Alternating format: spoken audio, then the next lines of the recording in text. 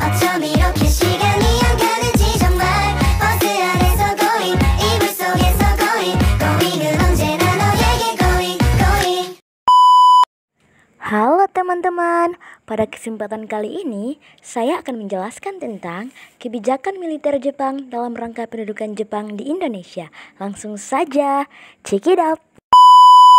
Pada masa pendudukan Jepang di Indonesia tahun 1942 hingga 1945, sejumlah kebijakan telah diterapkan. Pada dasarnya, kebijakan yang telah diterapkan Jepang di Indonesia hanya untuk menguntungkan diri mereka sendiri. Sebab saat itu, Jepang sedang terlibat dalam melawan Amerika Serikat dan sekutunya. Sebagai upaya memenangkan pertempuran, salah satu cara yang Jepang lakukan adalah menarik para pemuda Indonesia untuk terlibat dalam kegiatan militer mereka. Selama menduduki Indonesia, Jepang membentuk sejumlah organisasi semi-militer, yaitu 1. Seinindan. Seinindan didirikan dengan tujuan untuk mendidik dan melatih pemuda agar dapat menjaga dan mempertahankan tanah airnya dengan kekuatan sendiri. Sebenarnya, tujuan utama dari Seinindan adalah untuk mendapatkan tenaga cadangan sebanyak-banyaknya untuk menuju kemenangan perang Jepang.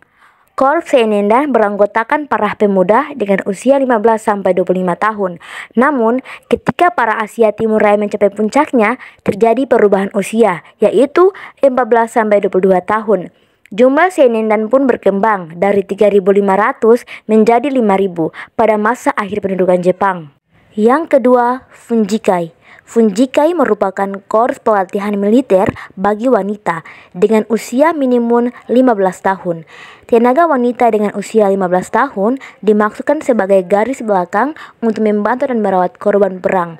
Selain sebagai korps bantuan perang, Funjikai juga difungsikan sebagai tenaga penanaman pohon jarak untuk diambil minyaknya. Yang ketiga, Keibodan. Pembentukan Keibodan bersamaan dengan pembentukan Seinindan. Berbeda dengan Seinindan, Keibodan berdiri tanpa ada kaitannya dengan golongan nasionalis. Keibodan berada langsung di bawah pengawasan polisi Jepang. Keibodan difungsikan sebagai korps pembantu kepolisian. Anggota Keibodan berusia 23-25 tahun dengan syarat utama yaitu sehat secara fisik dan memiliki kepribadian baik. Selain di Jawa, Keibodan dan Seinindan juga dibentuk di Sumatera dan daerah-daerah lain di bawah kekuasaan Angkatan Laut. Di Sumatera, Keibodan disebut sebagai Bogodan, dan di Kalimantan terdapat badan serupa yang dinamakan Konan Hokokudan. Yang keempat, Heiho. Heiho dikenal sebagai pasukan pembantu yang beranggotakan prajurit asal Indonesia yang ditempatkan langsung dalam perang Jepang. Syarat menjadi Heiho yaitu berusia 18 tahun sampai 25 tahun, memiliki badan sehat, kelakuan baik, dan memiliki pendidikan minimal sekolah dasar. Heiho terdiri dari pasukan laut, darat, dan kepentai atau polisi. Tujuan didirikannya Heiho adalah untuk membantu Jepang dengan membangun kubu pertahanan, menjaga keamanan, dan ikut dalam medan perang Jepang. Organisasi ini lebih terlatih daripada organisasi militer maupun semi-militer lain. Jumlah Heiho mencapai 42.000 anggota. Pasca merdeka Indonesia, Heiho dibubarkan pada tahun 1945 dan dilebur menjadi BKR. Yang kelima, PETA, Pembela Tanah Air. PETA didirikan pada tanggal 3 Oktober 1943 dengan dasar maklumat Osamu Seiro nomor 44 yang diumumkan oleh Panglima Tentara ke-16, Letnan Jenderal Komakichi Harada sebagai tentara sukarela. Pelatih PETA dipusatkan di Kompleks Militer Bogor dengan nama Jawa Boei Gyugun Kanbo Resentai. Tugas PETA adalah sebagai pasukan gerilya yang membantu Jepang apabila sewaktu-waktu terjadi serangan dan menjadi korps keamanan pertahanan tanah air.